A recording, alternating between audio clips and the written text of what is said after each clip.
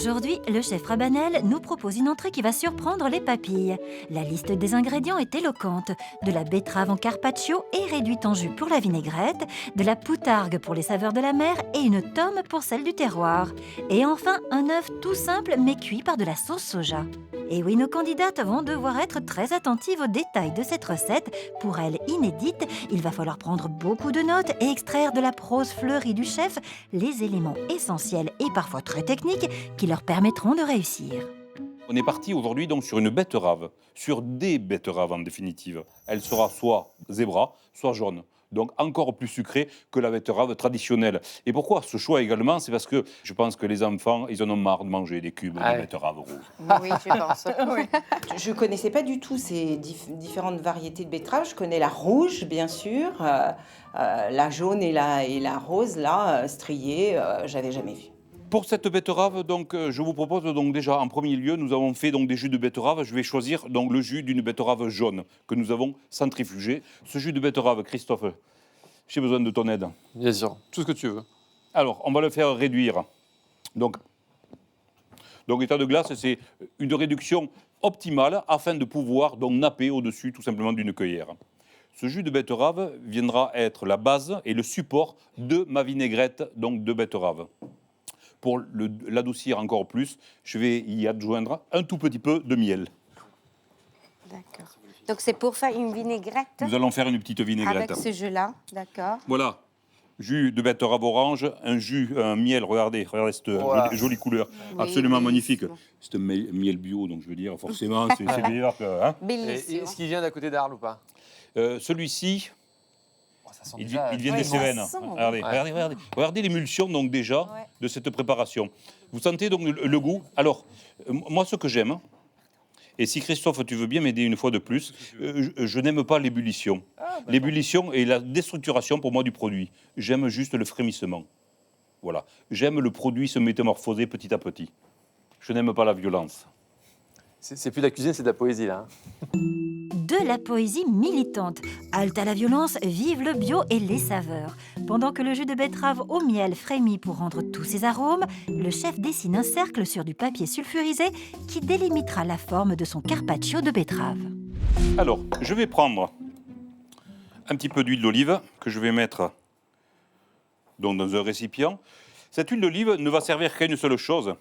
C'est effectivement, regardez, à badigeonner et à commencer donc à mettre un soutien gourmand aux futures betteraves qui vont être émincées et qui vont venir sur ce papier. Sur cette petite première donc, feuille qui est découpée, vous allez voir, ça va aller très vite, c'est somme toute assez simple. Je la pose sur la plaque de cuisson. J'ai pris la précaution, qui dit plaque de cuisson dit four, j'ai pris la précaution de préchauffer le four à 140 degrés. Si tout va bien, au bout de 14 minutes, le carpaccio de betterave sera cuit. Bien, on va commencer donc à émincer donc, nos betteraves. Alors, petite précaution, je vous en prie, jamais les doigts comme ça. Je l'ai fait. Je m'en souviens Moi encore. aussi. Hein, donc, la main à plat, s'il vous plaît. D'accord. Donc, nous allons choisir donc, les plus belles betteraves qui sont donc, dans le centre, bien évidemment, de la betterave. Nous allons faire peut-être un petit panaché entre ces deux couleurs donc, de betterave. Donc, je continue à émincer donc, ces quelques betteraves. Voilà. Donc, pour une assiette, j'en ai prévu donc, largement assez. Deux possibilités, éventuellement une seule couleur, éventuellement un panachage de 2, de 3. Là, libre choix à vous. D'accord. Mon choix, je viens de le décider maintenant. Et je viens de décider, effectivement, de ne me servir que des jaunes.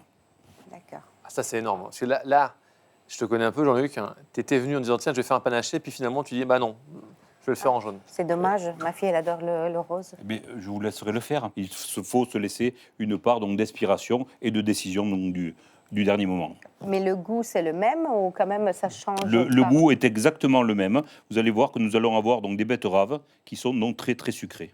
Et elles cuisent à la même vitesse. Elles cuisent à la Qu'elles soient même jaunes, vitesse. roses ou rouges. Exactement, puisqu'elles ont le même taux de sucre. Et elles sont taillées, vous l'avez vu, donc, de façon donc, égale grâce à la mandoline.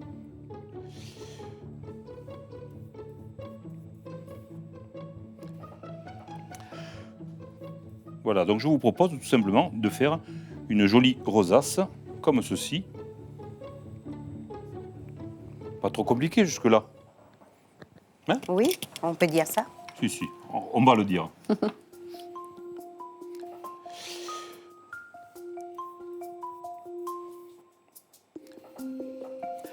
Alors, je souhaiterais... Fleur Hop de là. sel, hein, voilà. Voilà. Tu me connais bien, toi. Hein. Tu connais bien ma cuisine. Bravo. Donc, je vous propose de mettre un petit peu donc, de fleur de sel.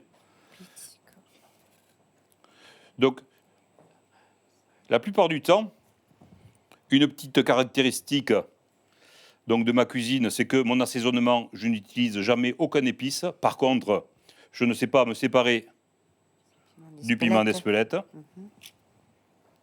Là, on va y mettre donc quelques petites branches de thym. Ça sent C'est bon. dingue l'odeur que ça dégage. Bien évidemment, c'est du thym frais. Oui. Hein Bien si sûr. même s'il y a jamais des petites fioles avec des choses séchées, vous prenez pas ça, hein, parce que là, D'accord. là, je serais pas. Hein, là, Alors, halte au fiole avec des trucs séchés. Une fois le carpaccio assaisonné de sel et de thym frais, le chef pose une autre feuille de papier sur ses betteraves qu'il cale avec des pois. et à partir de maintenant, top chrono, 14 minutes. 14 minutes.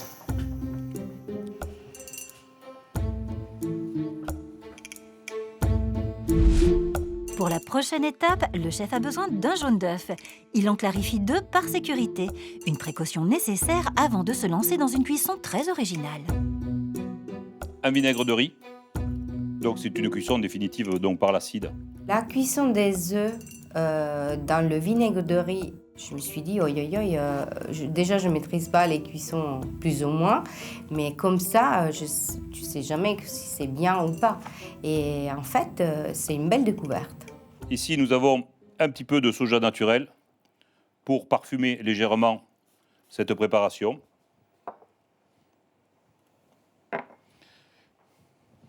Et là, dans 10 minutes, notre jaune sera complètement cuit, donc par l'extérieur, donc par l'acide. Ah, d'accord. La peau donc sera cuite, l'intérieur sera coulant.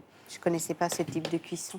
Je vous ai amené également une petite spécialité de par chez nous, donc le caviar de Martigues, je ne sais pas si vous connaissez. Pas moi, surtout. La poutargue. La poutargue. La... Alors la poutargue, ce sont des Ma- œufs de mulet. Alors, ils sont ramassés puis séchés au soleil entre 2 planches.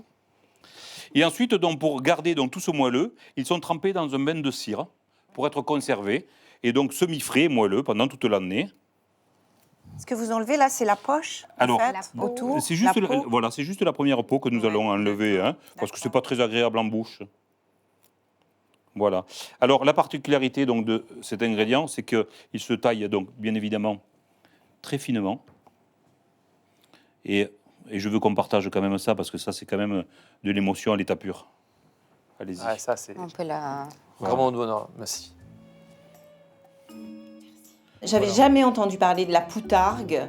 Je trouve que ça a un goût absolument extraordinaire.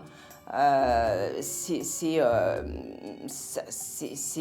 goûteux et puis ça apporte vraiment ce goût de la mer, ce goût iodé. C'est génial. Alors, l'avantage donc, de ce produit, certes, c'est un petit peu cher à l'achat, mais vous avez vu que une a seule pas- lamelle, donc, de suite, donc, masque et donc enrobe toute la bouche, tapisse toute la bouche. La poutargue, je pense, j'espère de le prononcer bien parce qu'en italien c'est la bottarga.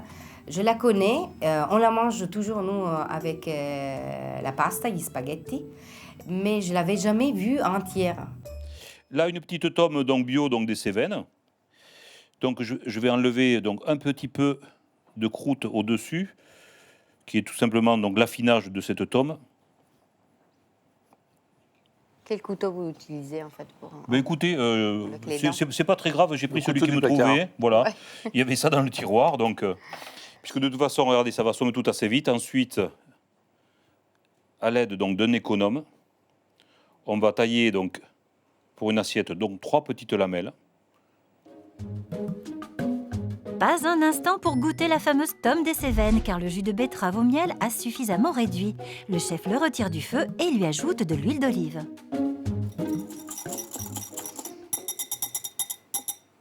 Nous allons vérifier l'assaisonnement de cette vinaigrette. Je peux la goûter? D'abord le chef. Oh, pardon? Oups.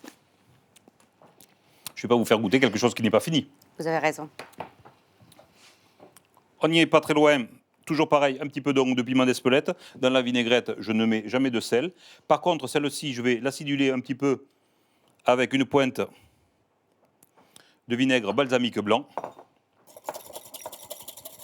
pour donner un petit peu de nervosité à la sauce. La vinaigrette au jus de betterave est prête. Il faut maintenant vérifier la cuisson du carpaccio. Le temps écoulé, nos 14 minutes viennent de passer. Faites pas comme moi, ne prenez pas au bout des doigts, sauf si vous ne craignez pas la chaleur comme moi.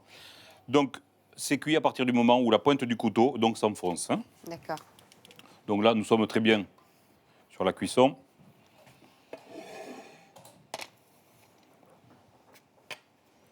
Donc je vous répète, ne pas faire comme moi si vous craignez la chaleur.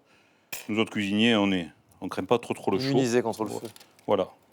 Ouais, super. Le chef commence son dressage par une cascade, ou comment retourner en une seule fois dans l'assiette et sans la détruire la belle rosace de betterave.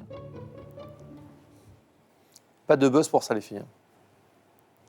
OK. Si vous en sentez, hein, vous avez vu, c'est pas très très compliqué. Il faut juste ne pas trembler.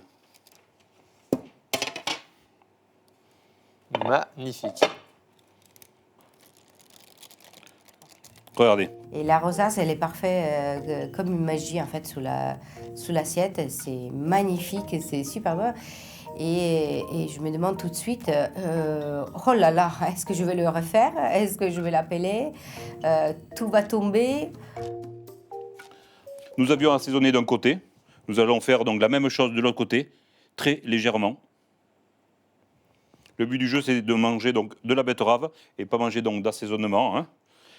Dans ma vinaigrette, il n'y avait pas de fleur de sel, donc je rajoute. Et vous avez vu, donc je fais très attention à ce que chaque pétale donc de betterave ait un grain donc de fleur de sel.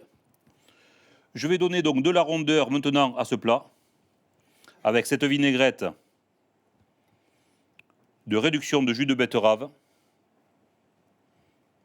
de miel, d'huile d'olive. Regardez donc déjà les émanations donc grâce à la chaleur de la betterave, ces effluves qui nous sautent donc au nez. C'est juste, Splendide. Elle est trop belle. c'est une odeur que j'adore. J'ai choisi donc de faire betterave jaune. Donc je continue dans mon délire betterave jaune. Un petit peu de citron jaune donc pour la fraîcheur. Nous allons assaisonner les quelques feuilles donc de salade avec quelques gouttes donc de vinaigrette. Ma salade n'est pas assaisonnée. Ma vinaigrette n'a pas été assaisonnée, donc bien évidemment, je recommence le process, puisque donc tout ce que l'on doit mettre en bouche doit avoir du goût. Après, libre cours à une imagination dans notre dressage.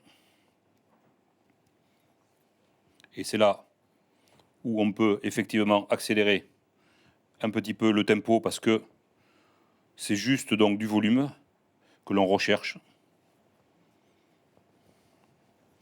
Je finis mon assaisonnement par mes dés de poutargue.